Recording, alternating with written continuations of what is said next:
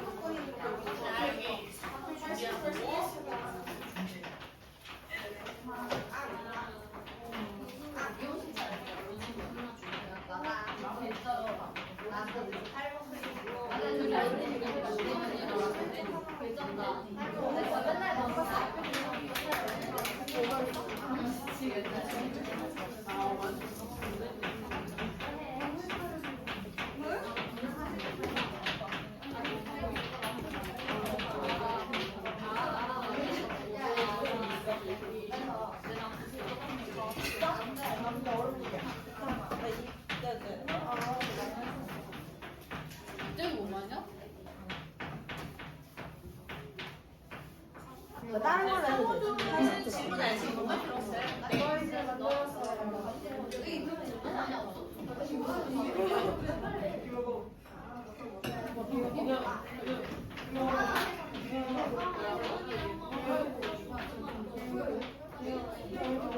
이거 일주일 첫 번째 질문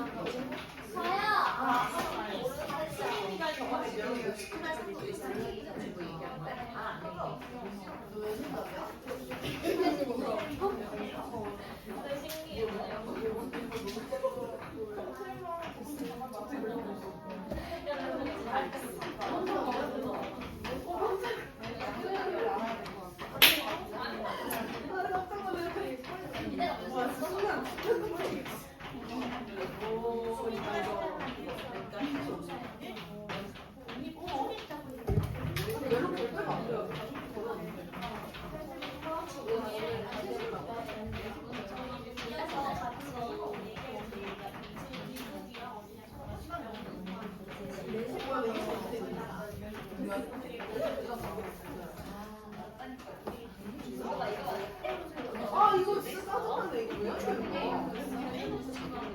아니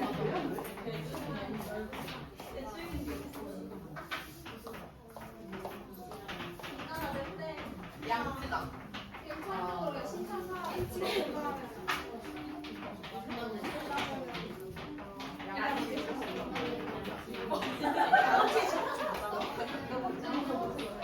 뭐라 이거 뭐라 그러지?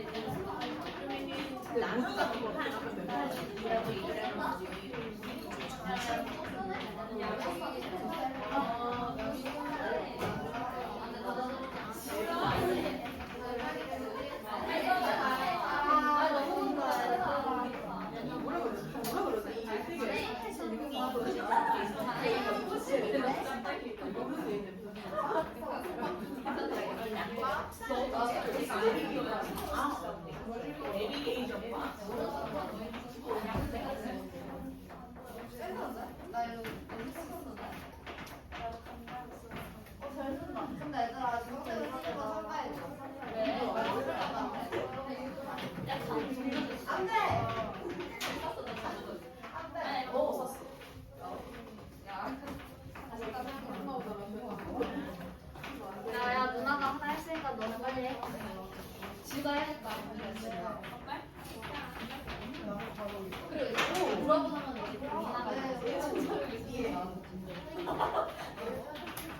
아, 네, 달려주세요.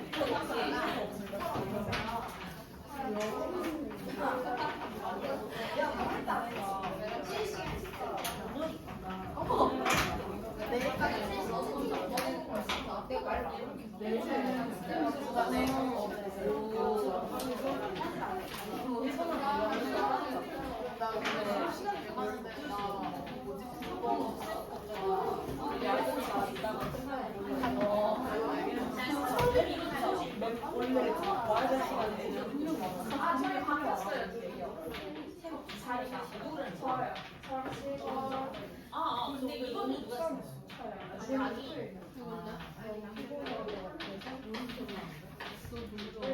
여기서 자기네 땅이라는 거는 더 다르게. 제가 이거 반발한다.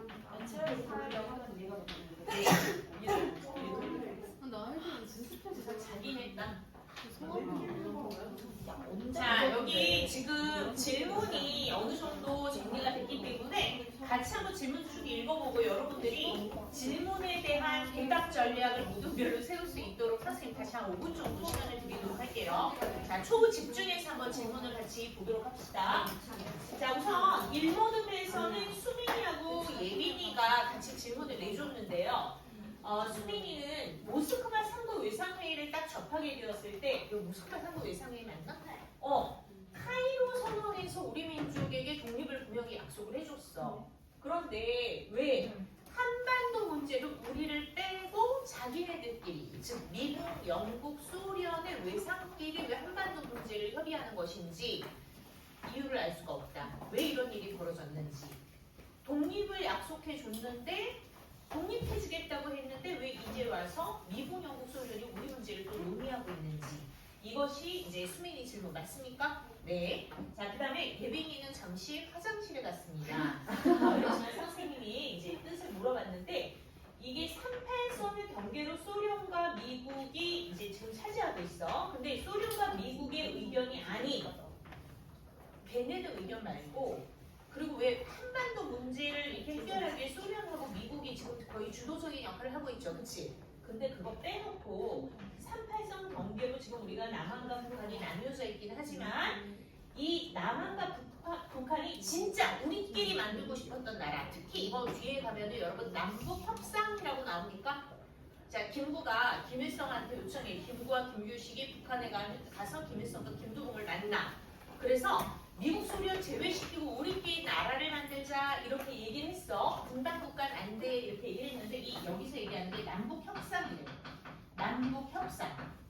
자, 분단을 막고자 김구가 남북 협상을 추진하는데 그때 우리가 만들고자 했던 나라는 어떤 나라였을까? 자, 이게 질문이고요.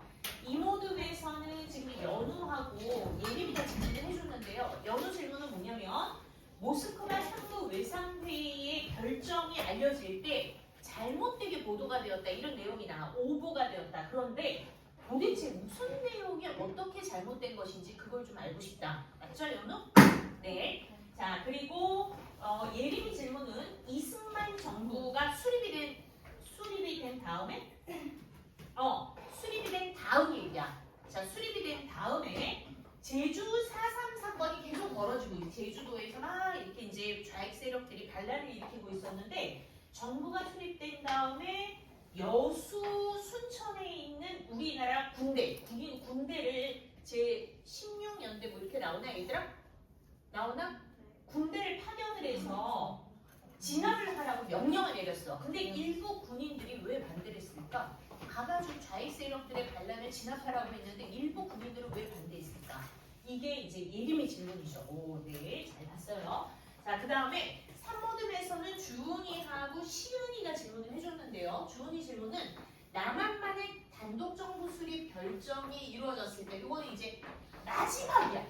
쭉 정리 과정에서 모스크바 3구 외상회의 안이 물 건너가 날아가고 한반도 문제가 그냥 유엔으로 넘어간 상태에서 유엔에서 인구도 비례에 의한 총선거를 실시해 정부를 세워라 이렇게 얘기를 했는데 어떻게 되니? 북한에서 따를 수 없다고 얘기를 한 거야. 그랬더니 가능한 지역에서만 선거를 해라 이렇게 소총회에서 결정이 내려짐으로써 남한만의 단독정부 수립 결정이 됐어.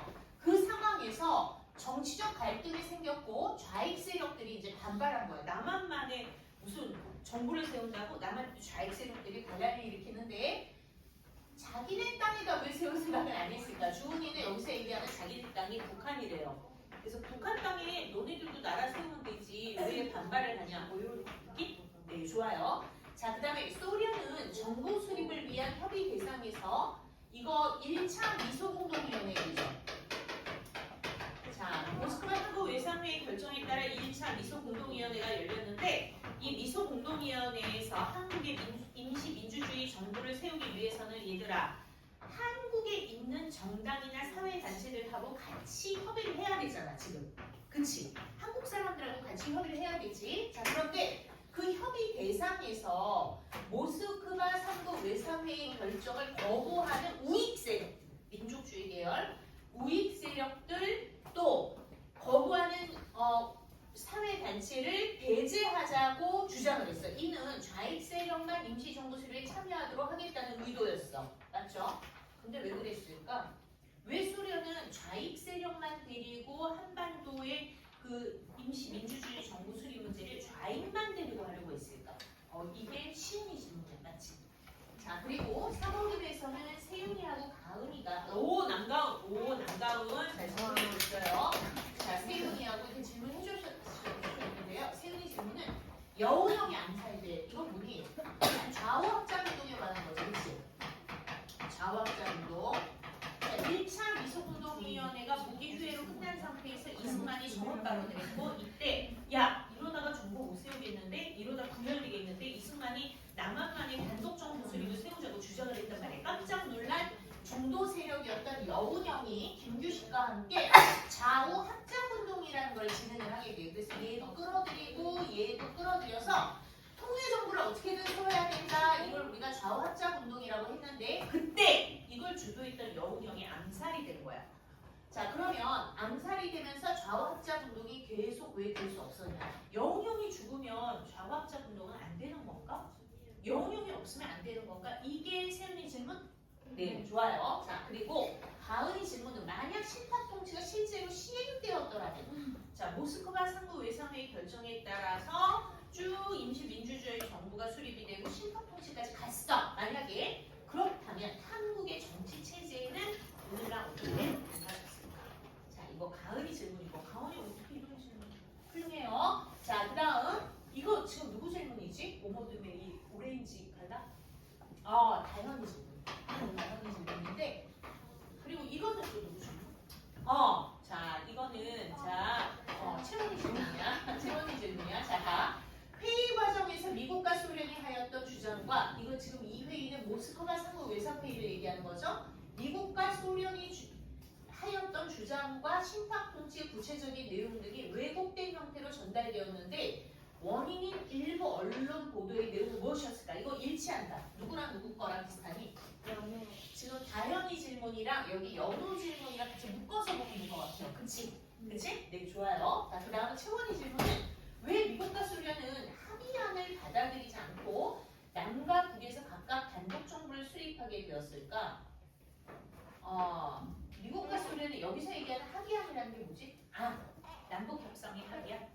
남북협상을 통해서 우리가 발표를 했어. 그런데 그걸 받아들이지 않고 그냥 밀어붙여서 남한만의 단독 정부를 세우고 다음 달에 북한에도 그냥 정부가 세워져 버린 거야. 그렇다면 왜 남북협상을 무시했을까? 맞나? 이게 채원의 질문이에요. 자 그리고 6모듬에서는 제 지우하고 지환이가 질문을 해줬는데 지환이 요새 눈빛이 좀 달라요. 자 지우 멋져요. 자 한번 볼게요. 지우 질문. 자 모스크바 3국 외상회의 신탁통치 결정에 대해 당시 한국 내 주요 세력들은 어떤 반응을 보였을까? 자 주요 세력들의 반응 이거 중요하죠. 모스크바 3국 외상회의를 여러분들이 잘 이해해야 될 것 같아요. 자 그리고 지연이 질문은 제주 4.3 사건. 자 이거 뭐냐? 남한만의 단독 정부 수립이 거의 기정사실화되었어요. 유엔 소총회에서 유엔 임시위원회에서 5월 10일날 가능한 지역에서만 그냥 선거를 실시해라 이렇게 했을 때 이거 안 된다고 했던 제주도의 좌익 세력들이 반란을 일으켜요. 이거 제주 4.3 사건인데 이 제주 4.3 사건이 우리나라에 끼친 영향. 자 이거 지연이 질문이에요. 그래서 지금부터 질문을 쭉 우리가 읽어봤는데 이 질문에 대해서 교과서를 여러분들이 같이 좀 탐구하고 논의를 30분까지 시간 줘도 될까? 그리고 30분부터 같이 질문 나누기를 해보도록 20분간 해보도록 할게요. 자 그럼 지금부터 6분간 여러분들 모두끼리 한번 질문에 대한 전략. 자, 축구 경기야. 자 어떻게 할까? 우리가 먼저 공격을 어떻게 할까? 자 빨리 한번 시작해 보세요.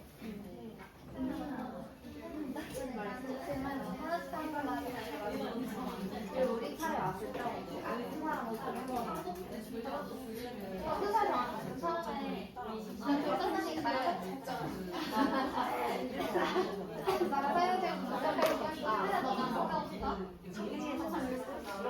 내가 문자 할 테니까. 알았어, 지연아.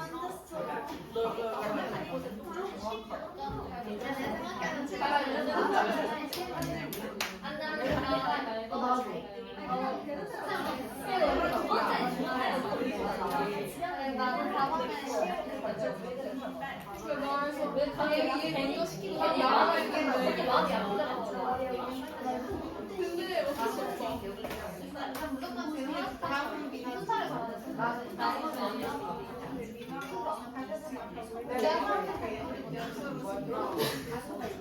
아, 차이가 들어가요. 유아가 이나야.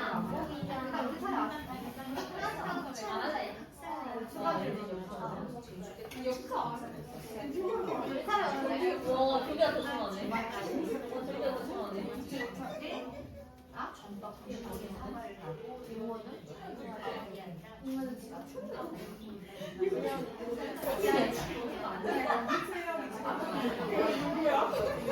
그렇지.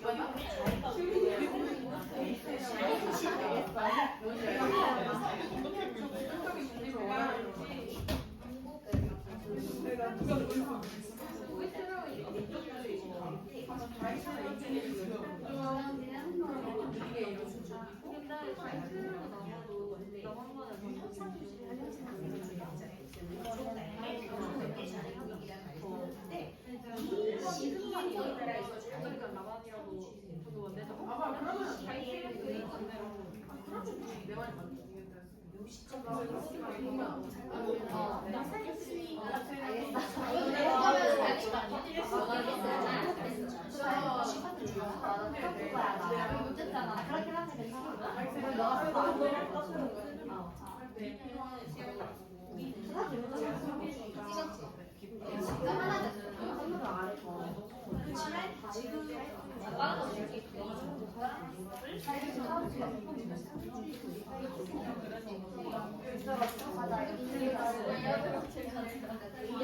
괜찮아.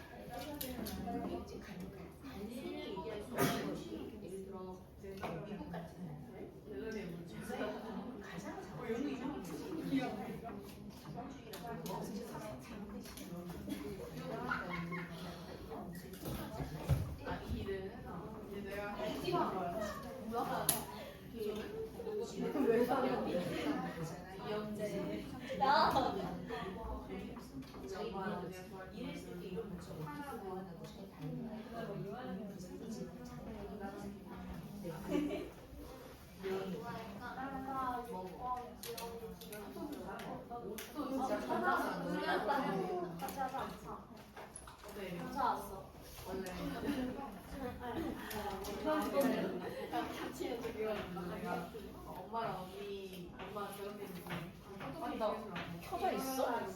깜짝이야. 아빠는 그거 볼래.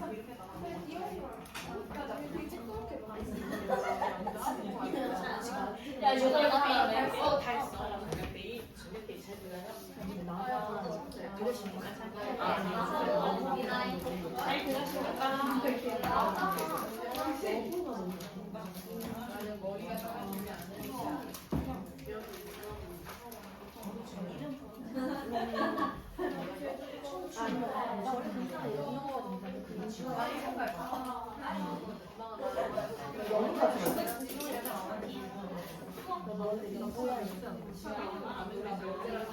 회의 잘 되나요? 자, 1분 후에 우리 질문 나누기 자, 우리 7반에 또 진지한 질문 나누기 시작해 보겠습니다.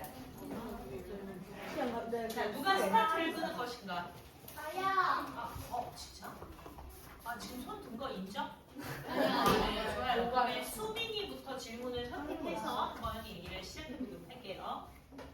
자, 30분 딱 되면 시작할게. 자, 뒤쪽은. 됐어. 자, 그럼 시작해 보도록 할게. 자, 수민이. 자, 누구 질문에 대해서 얘기해볼까요? 누구? 육모듬의 지연이 질문에 대해서 자, 수민이가 얘기해 볼게요. 들어볼까, 얘들아? 네. 그 당시에 네. 정부가 미국 정부 있잖아요. 그래서 저희 나라가 지금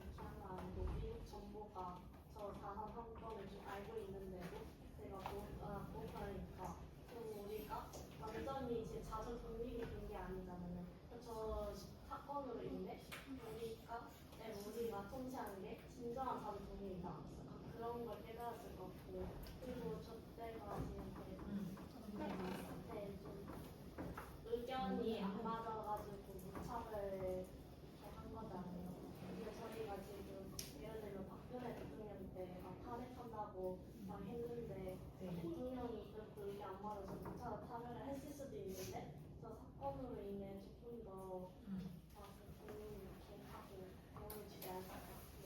네. 너희 잘 이해가 됐니? 지연이가 잘 이해가 안 된다고 얘기를 하는데 고개를 막 제가 바로 적었어요.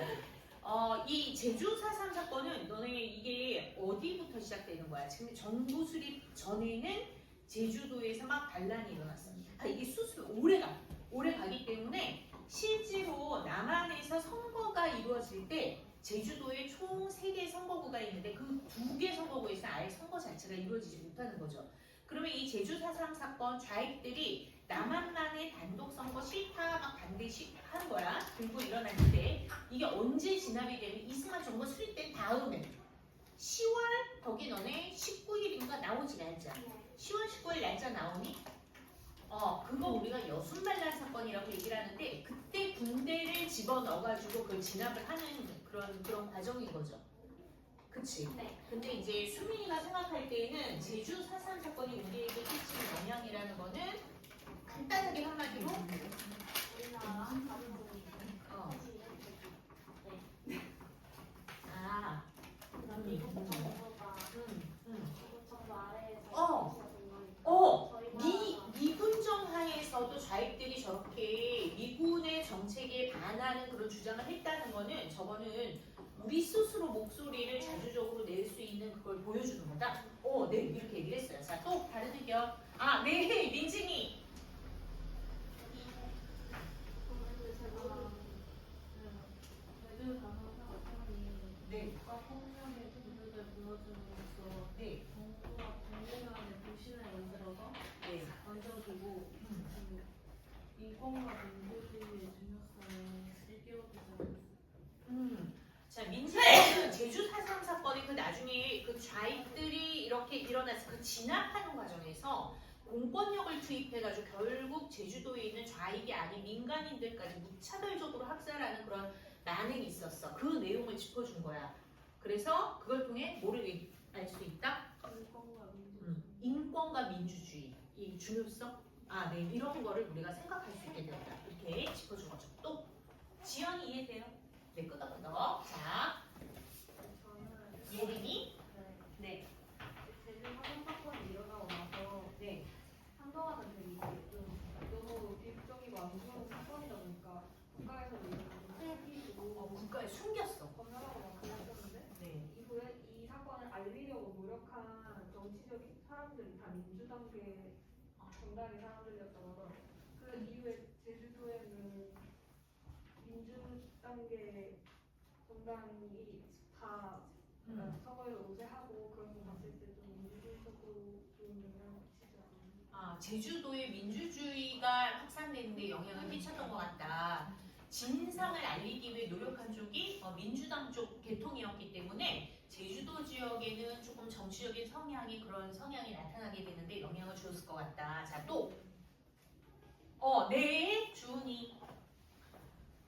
저는 그 후에 처리 방법에 대해서 얘기를 해보자면 네. 4.3 사건이 일어나고 나서 좀 많은 시간이 지난 2000년대 후에 정부가 직접 사과를 했잖아요, 국민들한테. 네. 근데 이렇게 사과를 하고 뭔가 잘못을 인정하면 국민들도 좀 예전 과거였긴 했지만 그래도 좀 받아주려고 하고 또 다시 화해하자 이런 분위기로 갔는데 뭐 위안부 사건이나 이런 아직 규명되지 않은 사건들을 보면 자기 잘못을 숨기기 급하고 또 인정을 하지 않는 분위기인 것 같아서 이 사건이 그렇게 처리한 데 있어서 앞으로 우리가 뭔가 더 말을 많이 해서 좀 알리자 이런 의도가 되지 않았을까라고 생각했습니다.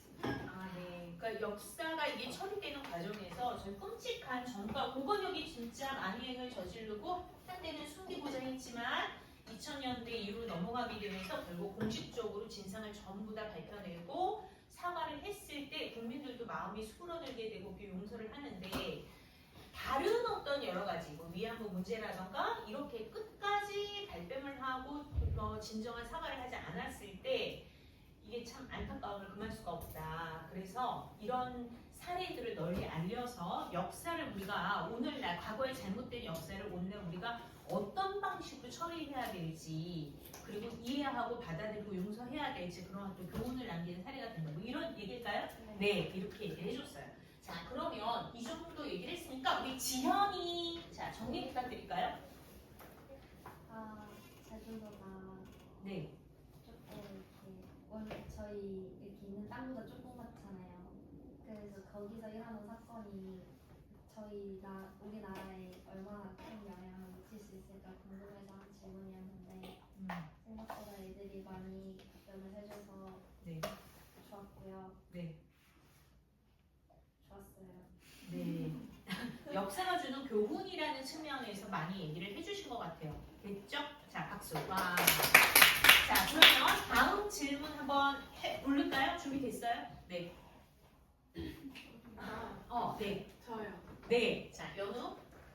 다음 호두의 첫 번째 질문에 자, 3호둠의 첫 번째 질문에 대해서 연우가 읽어보겠습니다. 여우경이 암살되면 좌합자 운동은 물 건너가야 되는 것인가? 그 영역이라는 부분이 되게 이런 과학적 운동의 중심 인물이잖아요. 네. 그래서 그 중심 인물로서 어떤 역할을 도대체 했길래 그 사람이 어떻게 되니까 아예 지속될 수가 없게 됐을까라는 생각을 해서 살짝 쳐다보면서 제일 눈에 덧붙여진 게 뭐냐면 여운형이 일단 중심 인물인 건 알았지만 어떤 역할을 했냐면 양 진영을 연결하던 중재자이자 지도자니까 그 세력 두 개를 중간 중재해주던 중재자 역할을 했대요. 네. 근데 그가 암살로 죽었으니까 여운형이 네. 중심이 그런 중심 역할을 했던 사람 사라지고 네. 좌우의 대립이 심화가 됐을 것 같아요. 그래서 그 운동이 점점 심화가 되니까 내가 질될 수 없는 상태까지 오지 않았을까. 중간에서 뭔가 극좌 극우를 끌어들이려고 막 애를 쓰던 인물이 죽게 되었을 때 이 중간에서 다 끌어들이려던 힘이 없어지면서 결국 좌익과 우익의 대립이 심해지게 되고 좌우합자 운동이 힘들어졌을 것이다. 이렇게 이제 힘의 관계에서 얘기를 해줬어요. 자, 또 가위바위보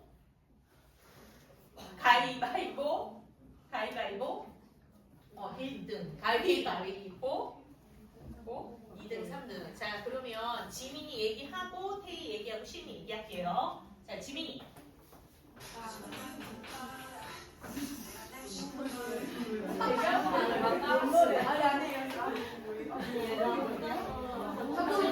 주의 집중을 하래. 자, 보세요. 주의 집중하래. 지민이 말에 한번 들어봅시다. 네. 약간 연호 의견이랑 네. 비슷한 의견이긴 한데요. 네. 원래도 수고가 좋지 않은데 첫 번째 네. 그래서 이 운동을 처음에 시작할 때도 네. 그 82쪽에 풍자 그림을 보면은 네. 그림을 보시래요.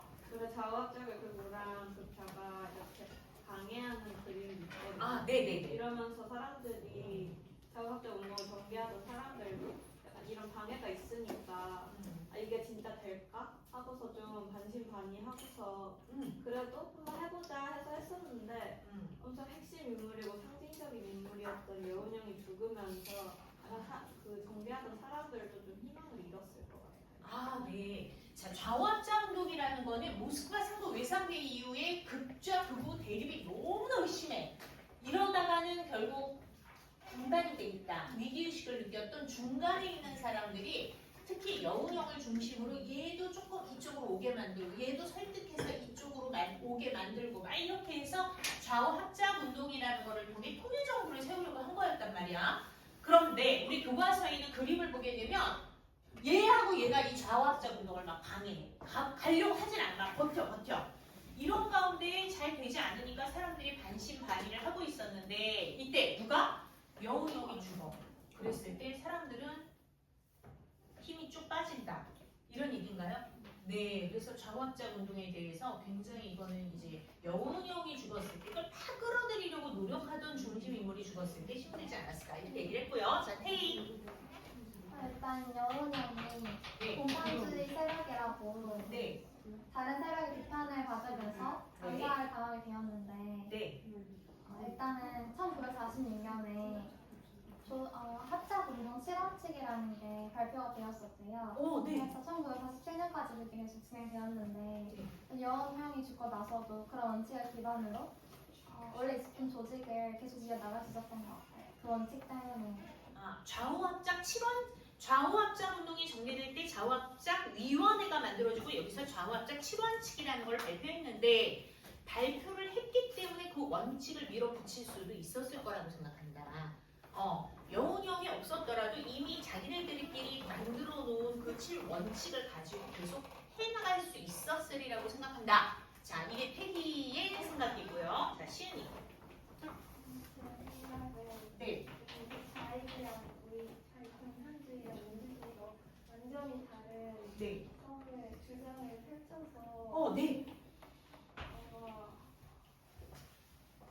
그 자익은 선생님 같은 걸 주장하고 오. 우리는 공산주의 반대 같은 걸 주장하니까 서로 의견이 달라서 네. 그 여운형 중간에서 중재하고 있었을 때도 살짝 흔들리고 있었을 것 같고 네. 앞살이 된 후에도 중간 역할을 하는 사람이 사람이니까 네. 그 사람들이 신뢰를 잃어서 네. 시은이는 지금 무슨 얘기를 해줬냐면 좌익과 우익이 왜 대립을 하느냐. 전혀 얘네들이 이념이 다르기 때문에 다른 주장을 하고 있어요. 예를 들어 토지를 개혁한다. 자, 광복 직후에 우리에게 두 가지 숙제가 있어. 친일파 문제를 처리하는 거, 그 다음에 뭐 토지 개혁하는 거. 근데 그걸 어떤 방식으로 하느냐. 너네 사회주의자들이 생각했던 방식과 아니면은 자본주의를 주장하는 사람들, 추구하는 사람들이 생각하는 방식이 같겠니? 완전히 다르겠니? 그 안에서 절충안을 찾으려고 한 것이 바로 좌우합작 7원칙이란 말이야. 근데 과연 절충안의 양보를 얼마만큼 할 수 있을까? 이런 얘기인 거죠. 그래서 이 좌익과 우익이 과연 각각 어떤 입장을 취했는지 그것이 너무나 다르기 때문에 힘들었을 것이다. 이렇게 시은이가 정리를 해줬어요. 자, 지금 의견이 많긴 하지만 의견이 많긴 어이? 아니 내가 여기다가 쓴 거야 지금? 어디다 써야 돼? 저기다 써야 되죠? 이제 다시 옮길게요. 자, 그러면 세윤이 정리 부탁합니다. 제가 이 질문했던 이유가 네.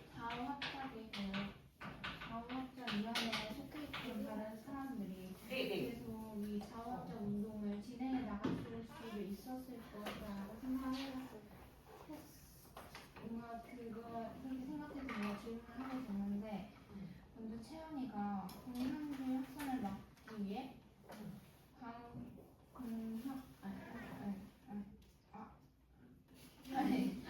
연우가 네, 여운형이 중심부 세력을 중심부 세력을 중재하는 역할을 하고 있었는데 여운형이 이제 죽게 되면서 그런 역할을 하는 사람이 없다 보니까 이게 제대로 이루어지지 않았을 것 같다라고 얘기를 해주고요. 네.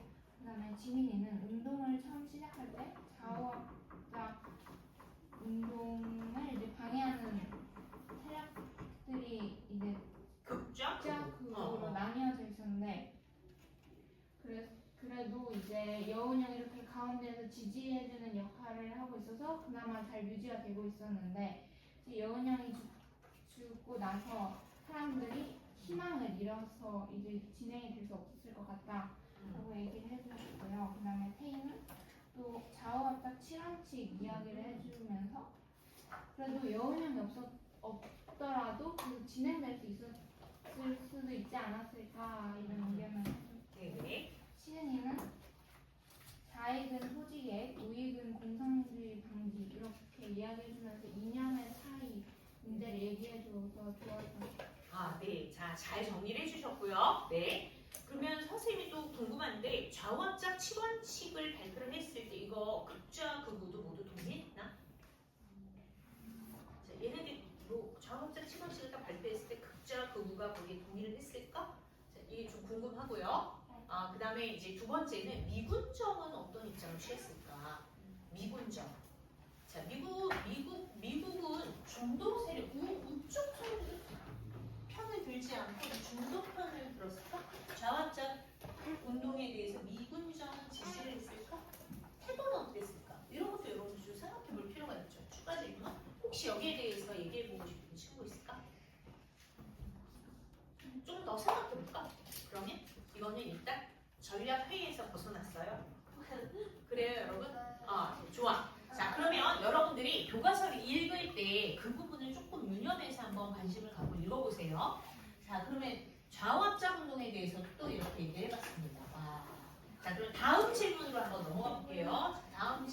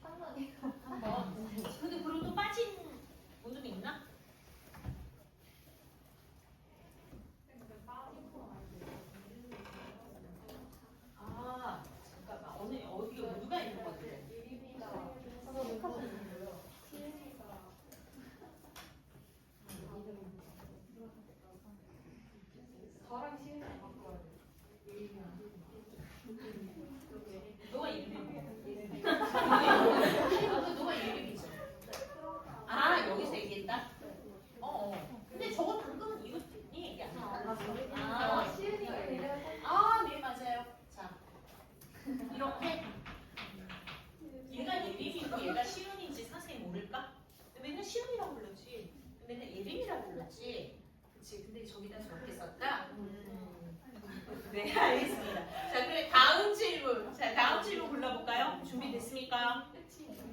자, 우리 3조. 여기 소율이가 하시는 거. 소율이가 자, 타자. 봅시다. 반호분의 두 번째는 3호듬의 두 번째 질문을 가지고 소율이가 자, 신탁통치가 시행되었더라면 이게 봅시다. 네, 미국, 영국, 중국, 소련 4개국이 신탁 통치를 실시하기로 결정했다고 했는데 신탁 통치의 의미가 유엔이 일정 기간 동안 특정한 지역을 다스린다는 것을 의미하잖아요. 근데 이때 유엔은 국제 평화와 안정 유지를 주장하는 동시에 유엔은 회원국의 의견의 바탕으로 이루어지는 단체인데 이제 유엔 주요 회원국인 미국, 영국, 중국, 소련이 이제 이 4개국이 입장이 되게 조화롭게 아우러져서 반영되기보다는 각국이 자기의 의사를 더 반영하려고 터진 의사를 했을 것 같아서 네. 저희가 한국 정치 체제가 더 혼란스러웠을 것 같아요. 아, 네. 자, 소율이가 지금 무슨 얘기를 했냐면은 여기 우리 딱 볼 때는 뭐 이념상 미국, 영국 여기 왠지 우리는 그냥 자연스럽게 어울리고 소련, 중국, 삼위주의 쪽 여기 맡아서 유엔의 주요 나라들이 이제 신탁 통치를 하면 뭐 잘 될 것 같이 생각될 수도 있겠으나 각 나라마다 자기네 나라 입장이 있고 거기서 자국의 이익을 막 추구하려고 했기 때문에 피 터지는 더 어려운 상황이 벌어졌을 것이다. 뭐 이런 식으로 이제 소율이가 얘기를 해줬어요. 자, 또 다운이 저희 모두 세개한 것 같습니다. 저희 모두는 잘못 체크하셨어요. 여기다 4개에서 자수 자수고요. 자, 좋아요. 다운이 5번은 감사합니다. 5번. 네, 그리고 지금 다운이가 손 들었어. 자, 다운이가 손 들었어요. 자, 다운이 얘기해 보세요. 다운이. 자, 네. 미국이랑 소련 자체가 좀 강도 아래서 좌우 세력이 협상이나 조율 같은 걸 통해서 이루어졌을 가능성이 높아서 막 의료 분야에서 극단적인 분쟁이나 폭력적인 충돌이 일어날 수 있고 분란이 아예 안 된다라고